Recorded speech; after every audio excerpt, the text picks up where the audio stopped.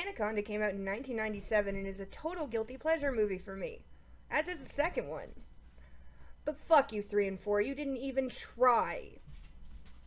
Notable highlights are Jon Voight having way too much fun with this role, and that J-Lo and Ice Cube have surprisingly good chemistry. We also have a pre-career Owen Wilson that's pretty amusing. And now for the lingering questions, cause every movie has them. Why is there a well-known actor playing what's basically an extra in the opening kill? Why doesn't the snake go for the monkeys? If the snake is right in front of him, why doesn't he just shoot the snake? Then there's this. Well, looks like there's sufficient evidence to suspect that these people are out there, can be found and studied. At least that's what I told the Grant people. So does he have the evidence? Or are the Grant people a bunch of suckers and he just scammed a free vacation to try and get back with his ex? How are they powering any of the video or sound equipment seen at any point in this movie? Why are they so surprised by the fact that it rains in a rainforest? When fishing river style, why are Cerrone's pants completely dry? The boat is on the other side of the river. Did he jump or just walk on the water? Why does pompous British guy assume that he's a failed priest? A priest can leave the priesthood without failing. They can simply resign and decide to do something else with their life. How many batteries do you think he brought for that boombox? How many CDs? This boat is very, very small. How does the private Firefly conversation take place in private? And why can't we hear the boombox? Why doesn't the panther smell the snake? Or hear it? Or sense its movement with its whiskers? What's it doing laying on the ground being an easy target anyway? I think this movie didn't look up panthers. Or snakes. Why does pompous asshole suck so hard at putting if he's the one who brought the golf gear? And how is he not out of balls in like 5 minutes if he's that bad? The plot tribe legend. Why do they worship giant snakes that will supposedly kill and eat people just for funsies? Why is Cale so surprised when Cerrone says he's met the plot tribe? Didn't he set up this whole expedition? Shouldn't he already believe in them? Yeah, he scammed those Grant people for sure. Cerrone says the one fork is the right one to take to find the tribe because he hunts snakes? I got nothing. Owen and Dead Red really are stupid enough to think you can just wander off in the jungle in the middle of the night and nothing will try to kill you. Horror movie-itis is strong with these two. Wait, Cale hears the gunshot, but not the boar or the screaming woman? Okay, pause the movie. The wasp in the mask. I have so many questions. To start with, scuba divers check their equipment.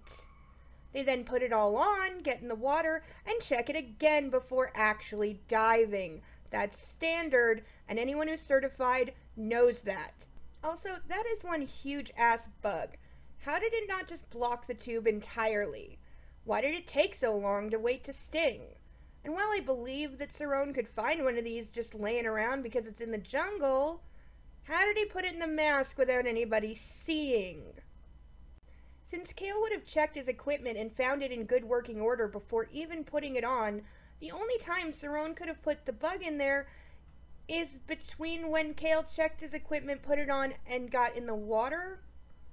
How did nobody see that? So Cale is stung, and by all rights, he's dead.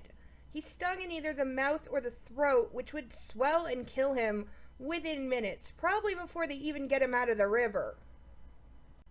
Cerrone says the wall is new, and yet he just happens to have the perfect amount of dynamite to blow it up. And they still don't figure out he's evil. At this point, they've all contracted horror movie-itis. Boom goes the wall, but wait a minute. Who the fuck stores fuel that way? With barrels on their side, so they'll be sure to roll nice and easy, and one piece of rope holding them there? That's just asking for trouble. Also, you're in a flat-bottom boat in a river that is very shallow in many, many places. Ever consider maybe jumping in and trying to get some of those barrels back since you are stopped right now, so they're just sitting there right behind you. Then pompous British ass says this. You knew there were snakes here, didn't you, Cerrone? Of course there are snakes here. It's the fucking jungle. Have these people never heard of a jungle before? Are they unfamiliar with the concept? Not one of them could crack a book. Okay, pause it. Mini rant. People, I know it's a dumb popcorn movie, but you do have to pay at least some attention if you don't want to be confused. The boat they find to check for fuel. It seems to confuse so many people. No, it is not Cerrone's boat, or another boat of his. It's Extra Guy from the opening Kills boat, duh. We see his gun, we see the tower that he shot himself on, the cages. It's clearly his boat. Why does nobody seem to remember that? The newspaper article. This is the backstory of Cerrone, Matteo, and Extra Man, which is why Cerrone hides it. They all used to hunt snakes together, but have clearly parted ways in, I'm guessing, not the best of fashions, and that's why Matteo and Cerrone have that look when Cerrone comes on board. Which might lead you to ask why Matteo didn't warn the film crew that Cerrone is a crazy obsessive fuck, but since they've parted ways some time ago, he probably doesn't know just how dangerous Cerrone has become. And since it's connected, I'll take now to talk about the Cole is going to die, but then he's just fine thing. I don't think this is the movie screwing up. It's Matteo who says that the wasp is deadly.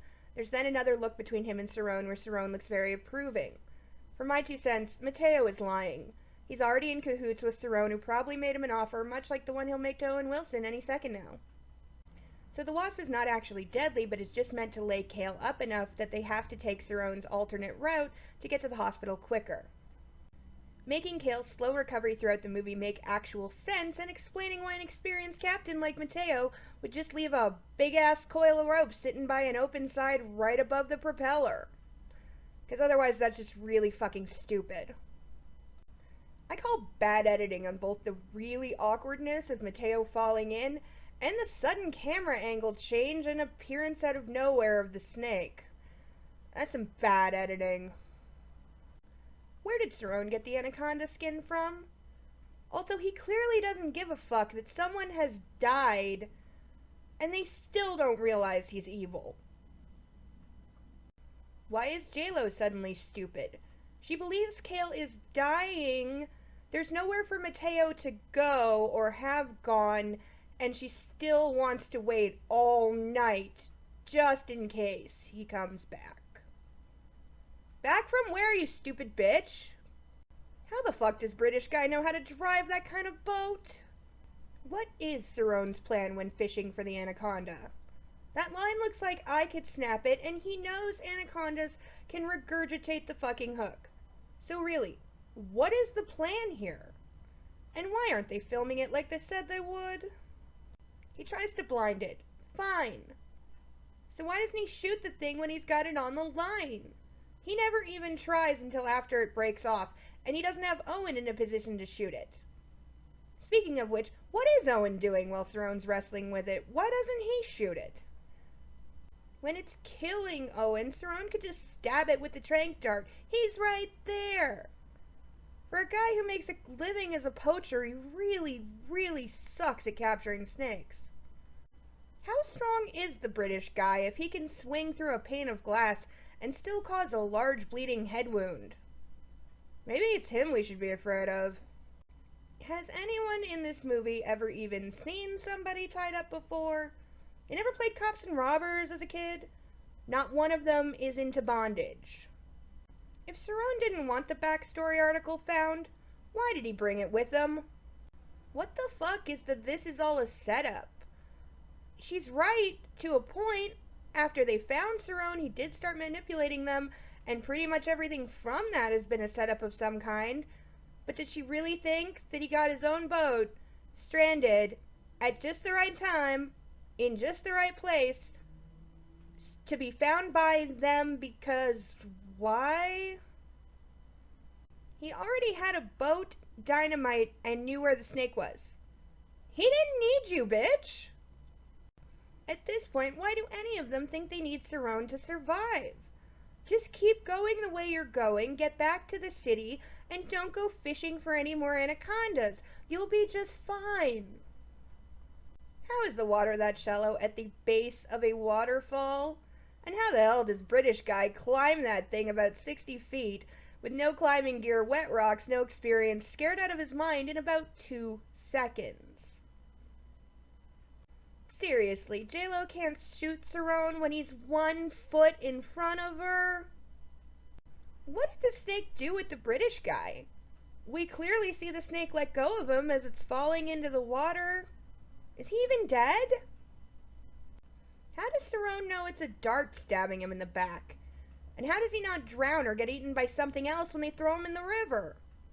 How did they get the tree off the boat? And we have more bad editing as the waterfall says, "Fuck you" to gravity, and starts traveling upwards as they back away with no tree in sight. They see weapons lying around as they approach the old factory, and yet they don't take that as a sign or maybe take the weapons with them. I know, horror movie-itis. Come on, movie, even Cerrone is terrible at tying people up. Again, what is his plan? That net is nowhere near strong enough or big enough to hold the snake. And does Cerrone really think that he is strong enough to hold the snake in the net and shoot it at the same time? What is his plan? Maybe that's why he needed partners. How does the snake go from wrapped around Cerrone's neck 1 second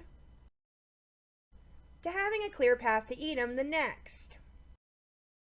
If J-Lo knows she's going up the smokestack, why does she look around all panicked like she has no idea where to go when the ladder is right fucking beside her? Where does Ice Cube get dry matches from? And how does he strike them? Also, he uses a fire hose as a wick. A fire hose. A thing designed to be dragged through fire without burning. Movie, did you really have to make J-Lo too stupid to know how to open a hatch? And then she's too scared to jump into the water? The snake is also stupid for deciding to be on fire rather than just, submerging, put itself out, and come back and attack them some more. Now, being on fire, that's really the way to go there. Good call. Ding dong, the snake is dead and the plot tribe arrives. But if they really worship these snakes and these two just killed 2 of them, then wouldn't the tribe maybe try to kill them? Are we sure anybody survives this movie? So the movie is over. But not this review. Second mini rant. The religious threads in the movie. The snake is the devil. No, really. Jan, who I've been calling Dead Red, even says so. And the movie really means it. The snake is the devil. And most likely it's Kale who is Jesus, because he basically dies and gets resurrected in 3 days. Now Cerrone is probably a fallen angel because he's a former priest and now a poacher and a killer, and he's actively seeking the devil. Owen plays the role of Judas because he starts out good, but then switches to the dark side for money, just like the real Judas. The other characters seem to live or die based on some factor of goodness. Everyone who is evil is eventually killed. Cerrone is evil, of course, but also fellow poachers Mateo and opening extra guy. Owen becomes evil and is promptly killed. Narrator guy might not seem evil, but he is the only one who wanted to blow up the wall. He did want to hit Cerrone again just to make sure, and admitted that he enjoyed the violence. Though in the end I think it's the asshole factor of his character that really does him in. Jan is killed after deciding to kill Cerrone. No, she doesn't actually do it, and maybe she wasn't actually going to, but it's that decision towards evil that puts her in a position where she is killed. Yes, Ice Cube wants to throw Cerrone in the river, but he doesn't, and he also has several good guy moments, including saving J-Lo at least twice, so he gets a pass. Kale is good for what little he is in the movie, and J-Lo is always good, never once leaning towards the evil side, so they both survive. The good people live, and the evil people die. Also, Cerrone is a priest, and he is on a very spiritual journey to capture the devil, because he thinks he can rock like that. You could easily put Cerrone as the Christ figure, since he is the one actively hunting the devil trying to defeat it. Cale and Owen could be put in the role of the thieves that were crucified along with Jesus, with one of them repenting and being saved, and the other not repenting and being dragged down to hell in a really cheesy effect shot. And if you wanted to add yet one more layer of the religious theming, you could see Cerrone as the usurper of Christ. He's not divine in any way, he's just a man with a god complex, and so he gets crushed and eaten by the devil. That makes sense. But he is then spit up alive, though presumably he's blown up and incinerated shortly thereafter, completing his journey to hell. Presume. How you like I presume to throw you in the river? You like that, presume? Okay, I don't presume. But then I'm forced to ask, filmmakers, why wasn't the best character in the movie in the sequel, god damn you? Now for our illustrious awards. Terry gets a this far and no farther for looking around stupidly while standing next to the ladder she knows she's supposed to climb. And also for the hinges thing, because that was pretty fucking stupid. We have a movie view only for the unseen snake that eats Mateo. We get a breaking the mold for having the two minority characters, including the black guy, survive the movie. And a boom because movie for the tower blowing up, because, yeah, no. And the movie wins with sexism first for having J-Lo's character start out confident and then devolve into the helpless female needing to be saved by a stabbed in the leg ice cube. Oh, movie. I am Insane Lane, and that was Anaconda. Bye.